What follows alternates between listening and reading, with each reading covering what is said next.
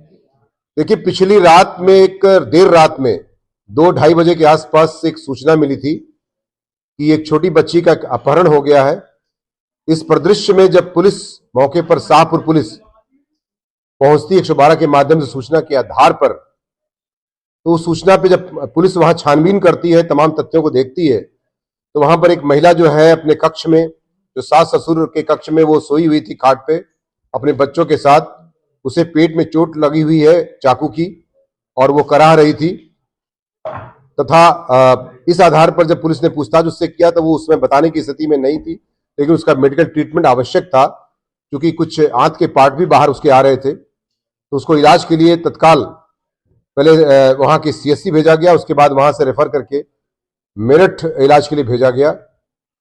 और जब पुलिस ने उस बच्ची के बारे में बातचीत किया अन्य घर वालों से, तो उन्होंने कहा कि बच्ची नहीं मिल रही है। तो इस पर पुलिस ने हर पहलू पर, हर जगह, हर स्थान पर जाकर चेक किया। तो अंत में जो है, जहां पर बर्तन धोया जाता है उसके घर के अंदर ही जो पानी की टंकी थी, उस पानी की टंकी में, जो कि ढक्कन से ढका भी हुआ था, उसमें एक डेड बॉडी मिलती है छोटी बच्ची की, जो फ्लोट कर रही थी ऊपर। उसे ये फिर जब गहराई से पूछताछ की जाती है पूरे परिवार को ले जाकर थाने पर, तो ये जो शुभा जो है, जो उसकी ननद है, जो उसकी भाभी थी, फिरदौश की भाभी, उसकी जो है उसको स्वीकार कर लेती है ननद, और ये बताती है कि मेरे द्वारा एक अपने पड़ोसी से प्रेम संबंध चल रहा था और मेरी शादी भी मेरी भाभी ने तय करा दी थी और मुझे अपने प्रेमी से बात करने में बार बार बाधा के रूप में आ रही थी, टोकती थी, रोकती थी, डांटती फटकारती थी। इस प्रकार उसके दिल में काफी दिनों से जहर भर गया था। ये प्रेम संबंध लगभग 2 से 3 साल पूर्व बताया जाता है और वो इस जहर भरने की वजह से लगभग 1 महीने से इसके दिमाग में इस तरह का घटना को अंजाम देने का प्लान चल रहा था।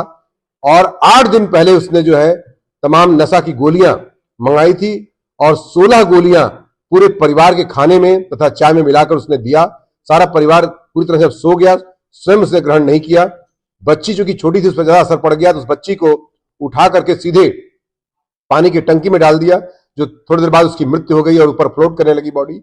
इस परिदृश्य में उसके बाद जब उससे कड़ाई से पूछताछ और की जाती है, तो उसने चाकू वगैरह जो अपनी भाभी पर उसने प्रहार किया था वो बरामद कर लिया गया है। उसने जुर्म कबूल कर लिया है और नियमानुसार 103 बीएनएस के तहत जेल भेजने की कार्रवाई सुनिश्चित की जा रही है। सर, पूछताछ में बताया कोई पछतावा है?